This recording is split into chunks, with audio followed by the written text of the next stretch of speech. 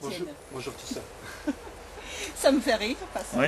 qu'on se connaît très bien. On se connaît depuis quelques années maintenant. Ça fait 10 ans presque. Oui, déjà. Oui, oui, oui. Donc ça c'est mon beau-frère.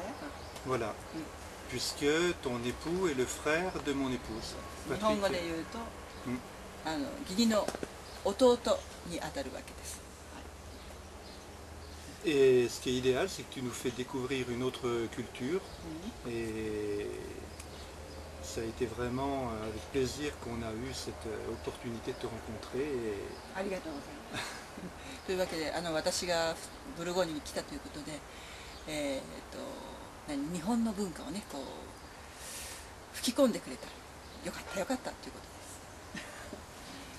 Bon, qu'est-ce qu'on va faire?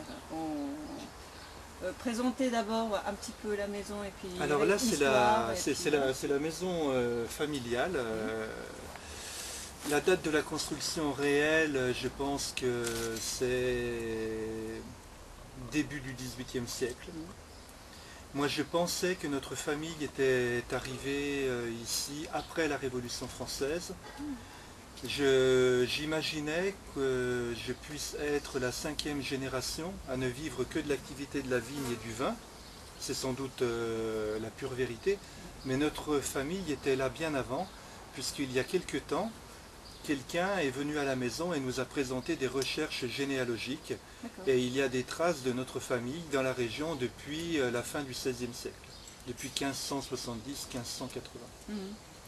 Donc quelque chose de complètement incroyable. Je pense réellement être la 5e génération à ne vivre que de l'activité de la vigne et du vin. Avant, nous étions, comme la plupart des familles, attachés à cultiver nos vignes, mais également nous avions des animaux, le cheval pour travailler la vigne, nous avions des forêts pour nous chauffer l'hiver. Il y avait une activité de forge pour entretenir le matériel, de tonnellerie pour faire les tonneaux. Mais les familles se sont vraiment occupées de la vigne et du vin uniquement, c'est devenu un réel métier après la Révolution française, vraisemblablement dans la première partie du XIXe siècle.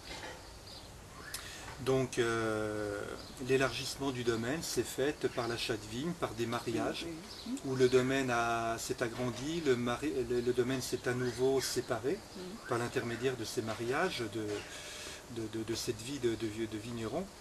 Mais le grand virage de notre famille, ça a été mon arrière-grand-père, Émile Griveau, qui, suite à la crise économique de 1929, s'est mis à mettre son propre vin en bouteille parce qu'il y avait une mévente.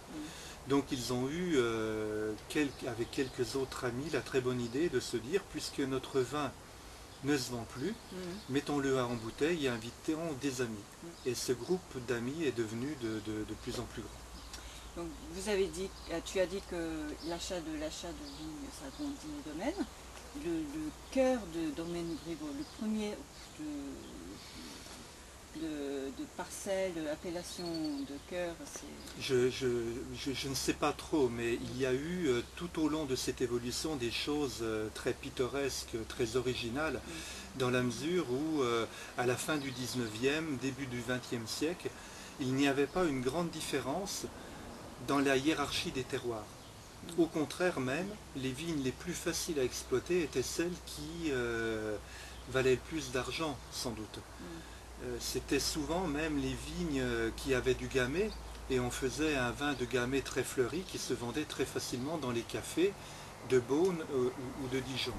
C'est pour ça que des villages tels que Marsanne-la-Côte, Fissin, Brochamp, liés à leur proximité de Dijon, ont continué à faire, même après la Seconde Guerre mondiale, des vins de cépage gamay.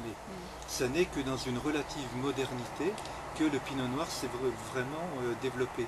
Et encore une autre anecdote complètement originale, c'est que mon grand-père Gaston, le père de papa, avait des vignes à Arcenant, donc des vignobles des Hautes-Côtes, et il a vendu ces vignes-là parce qu'il a eu l'opportunité d'acheter une parcelle de Pleurougeot, tout simplement parce que ça le rapprochait du domaine, donc c'était plus facile à exploiter. Donc c'est des histoires complètement incroyables.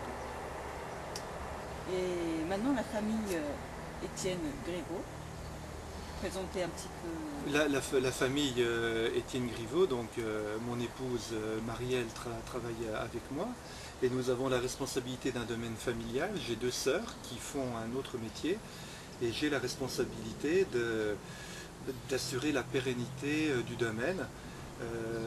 Je pense que nous ne sommes pas réellement propriétaires de vignes, nous sommes momentanément dépositaires, c'est-à-dire que nous avons la chance de recevoir de nos ancêtres des vignobles remarquables, et que nous avons la mission de les entretenir et de les transmettre à nos enfants dans un état au moins aussi bon. Ça veut dire que nous avons la mission de travailler proprement, c'est-à-dire d'éviter les désherbants, d'éviter les produits chimiques et de faire en toute simplicité, je dirais, un produit qui va perpétuer la réputation des vins de notre famille et de la Bourgogne en général.